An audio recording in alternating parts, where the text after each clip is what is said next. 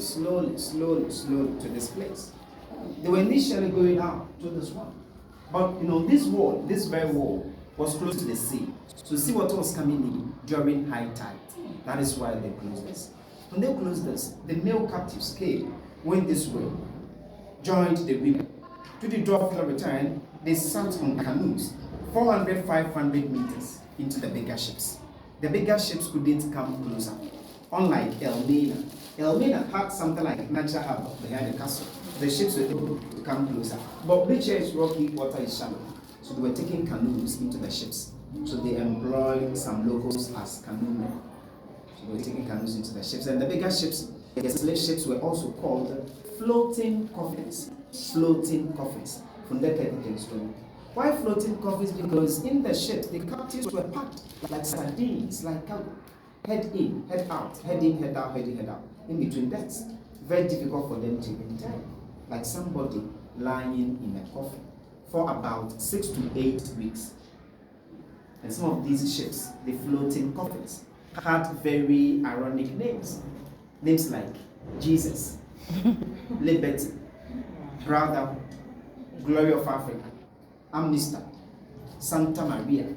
So imagine a ship carrying enslaved Africans with the name Good Ship of Jesus. And these same people who arrived here in ships named Jesus, Santa Maria, were raping some of the female captives. And they were bold enough, constructed a cell to punish those women who denied them sexual advances. So let's see the female punishment cell.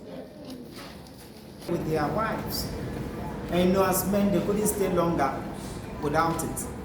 It's that they were raping some of the female captives.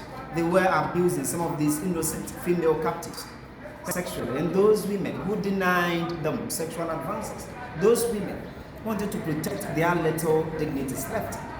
The Asantua kind of women, about 8 of them, were pushed in here, locked them up with heavy metal door, gave them food, water, just once a day.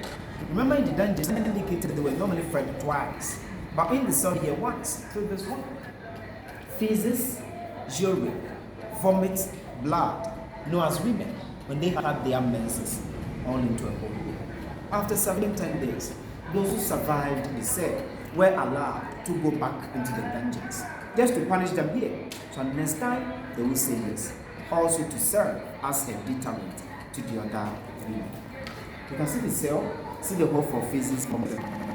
After we do the female dungeons, draw from the return, then wrap up.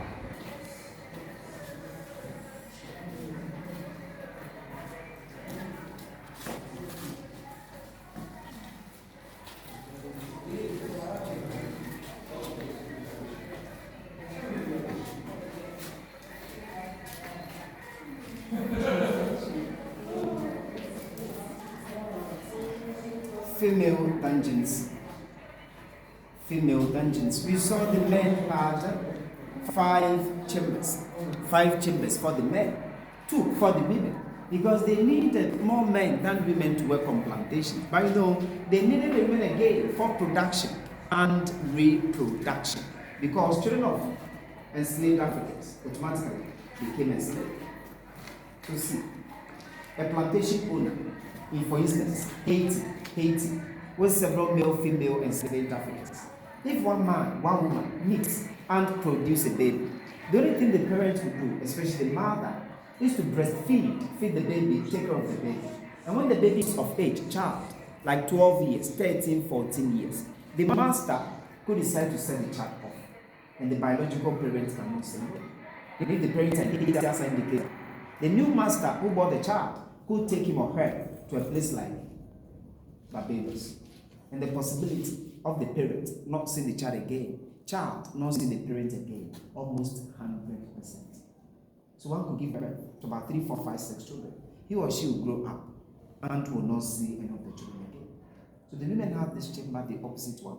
They took about 300 female captives and children, boys and girls, 13 and less above 13. So each chamber, 150.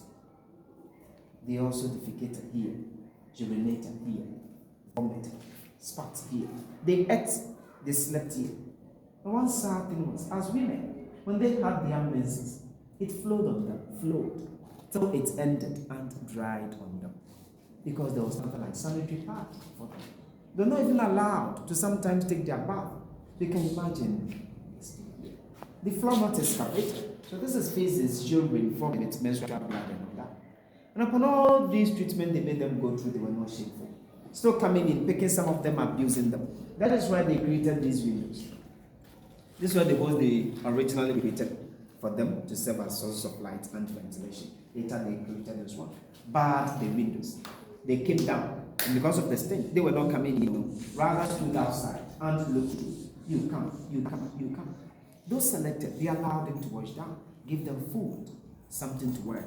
So they will look good, smell good for them. Out of that, some of them became pregnant. They built stone houses in town with nurses and midwives. Took them there. Few months, few years after delivery, the mothers were brought back. Those who were weak were there as domestic captives. They were doing the cooking, fetching water, fetching firewood and all that. Those who were strong were later shipped away. As for the babies, majority of them died. The few that survived, they raised them. Started a school with some of these kids, Cape Coast Castle School. Some grew up, became workers here, secretaries, clerks, interpreters, spies. They sent some abroad.